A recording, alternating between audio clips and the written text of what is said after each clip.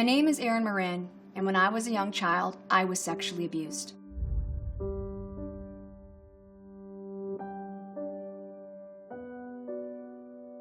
And it was done by people I knew and trusted.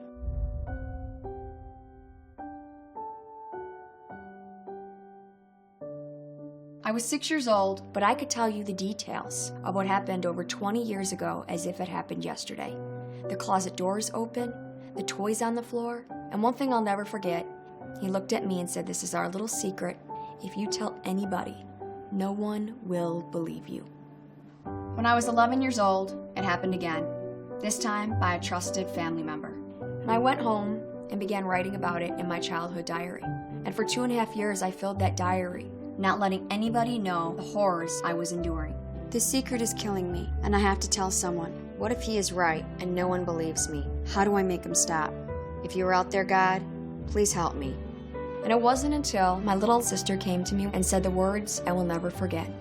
"Brian's gross." I remember looking at her and saying, "He's doing it to you too?" The very next day, we told our parents. I thought because the abuse ended, that life was going to get so much easier. But the nightmares and flashbacks began to consume me, haunt me, and I just remember being so angry. And I eventually had this turning point of confronting one of my abusers in a 5-page letter. It was angry and hate-felt. Never in a million years would have thought I would get a response back. But 5 days later, I got one. "I'm sorry for what I did to you a long time ago. My actions weren't thought out. I was confused and disoriented. I wish I had never hurt you the way that I did. I am sorry for the past, and I hope you can forgive me. But if you cannot, I understand. I am sorry." But then I began to realize that I was allowing that anger, that hatred, that bitterness to control my life. And that's when I made that decision. I said, I'm going to forgive him and do something positive with this. I want to go out there and help other people who carry the same shame, the same secrets that I did, and allow them to find their voice. That's why I created Erin's Law, requiring sexual abuse prevention education in our public schools, teaching kids the difference between safe touch, unsafe touch, safe secrets, unsafe secrets. Erin's Law has been passed now in 26 states and pending in 24. I've made it my life mission to get Erin's Law passed in every single state. I don't want another generation, another century of children to not be educated on this very important issue.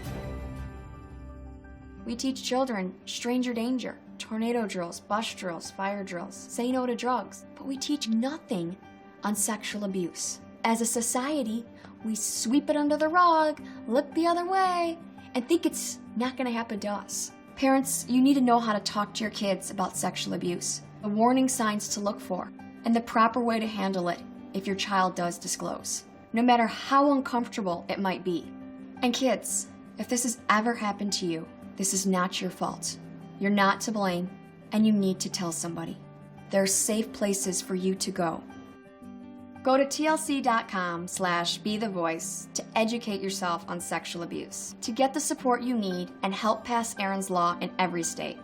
The National Sexual Assault Hotline provides free, safe, and confidential help 24/7 by phone at 800-656-HOPE or online at rain.org.